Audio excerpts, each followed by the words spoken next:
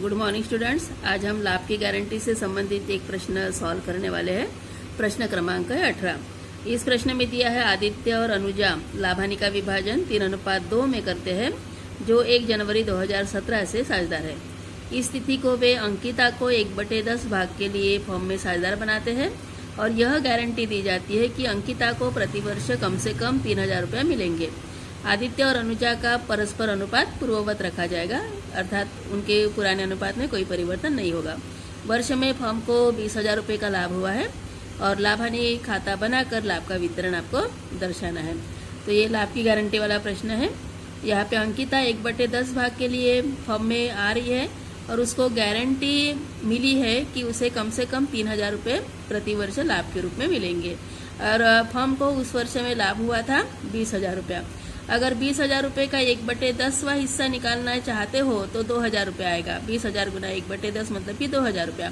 अंकिता को 2,000 रुपये मिलने वाला है, परंतु आदित्य और अनुजा दोनों ने गारंटी दी है कि उसे कम से कम प्रत्येक वर्ष में 3,000 रुपये लाभ के रूप में मिलेंगे ही। और इसीलिए अभी इस प्रश्न में हमें नया अनुपात या तो कुछ और भी अतिरिक्त कार्य करने की आवश्यकता नहीं है। तो लाभानी नियोजन खाता बनाकर आप तुरंत 4 कॉलम बना लो। लाभानी नियोजन खाता हेडिंग लिख लो। हेडिंग के नीचे आप 31 दिसंबर 2017 को समाप्त होने वाले वर्ष के लिए करके लिख लो और डेबिट के 2 कॉलम, क्रेडिट के 2 कॉलम्स बना लो। यहाँ पे जो फर्म को जो लाभ हुआ था वो 20,000 रुपया लाभ दिख रहा है, उसे शेष लागत के रूप में क्रेडिट में लिखो। और बाकी तो कोई सूचना नहीं है, पूंजी पर ब्याज, वेतन, कमीशन, ऐसी कोई भी सूचना नहीं है प्रश्न में, इसलिए डायरेक्ट 20,000 रुपये का ही आपको विभाजन करना है। और आदित्य और अनुजा का जो अनुपात है वो 3:2 है और अंकिता 1/10 हिस्से के लिए आ रही है। 20,000 का 1/10 अगर निकालते हैं तो 2,000 ही आता है, तो आपको उसको भी निकालने की जरूरत नहीं है। गारंटी उसके लिए कितनी मिली है? 3,000 रुपये की, और इसलिए अंकिता को आप 3,000 रुपये दे दोगे। अंकिता को 3,000 रुपये देने के बाद 20,000 में से 3,000 रुपये घटाते हैं तो रकम कितनी बचती है लाभ की? शेष लाभ है 17,000। इसी 17,000 को आदित्य और अनुजा में 3:2 में विभाजित करो।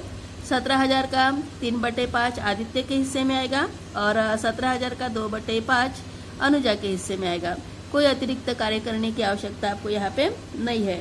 हमेशा वाले प्रश्न में वही तीनों साझेदारों का अनुपात दिया जाता है और किसी एक साझेदार के लिए गारंटी दी जाती है, तो उस समय आपको वही जो भी जिसके लिए गारंटी दी है उसके लाभ में कितनी कमी है उसको देखना पड़ता है और उस कमी की पूर्ति को किसने गारंटी दी है उस साझेदार के हिस्से में से हम घटाते हैं और बचे हुए सभी साझेदारों ने अगर गारंटी दी है तो उनका जो अनुपात है उस अनुपात में फिर कमी की पूर्ति उनके द्वारा की जाती है। परंतु इस प्रश्न में वैसे कुछ भी आपको अतिरिक्त कार्य नहीं करना है। आपको यहाँ पे 20,000 का 1/10 भी निकालने की आवश्यकता नहीं है। डायरेक्ट अंकिता को आप 3,000 रुपये दे दोगे, जितनी गारंटी उसको मिले उतनी दे दोगे और फिर जो 17,000 रुपये बचे हैं उसको आदित्य और अनुजा में विभाजित करोगे। आदित्य के हिस्से में 17,000 का 3/5 10,200 रुपये आएगा और अनुजा के हिस्से में 17,000 का 2/5 6,800 रुपये आएगा और इसी जो रकम को आप साझेदारों के पूंजी खाते में विभाजित करोगे। तो डेबिट पक्ष में साझेदारों के पूंजी खाते से करके लिखोगे। आदित्य, अनुजा और अंकिता ये 3 साझेदार हैं। आदित्य के हिस्से में 10,200, अनुजा के हिस्से में 6,800 और अंकिता के लिए जितनी भी गारंटी मिली है उतने रुपया वहाँ पे हम दिखा देंगे और इस प्रकार का ये छोटा सा प्रश्न कंप्लीट करोगे। तो बिल्कुल सरल क्वेश्चन था, ज़्यादा कुछ वर्किंग नोट भी की भी आवश्यकता आपको नहीं थी।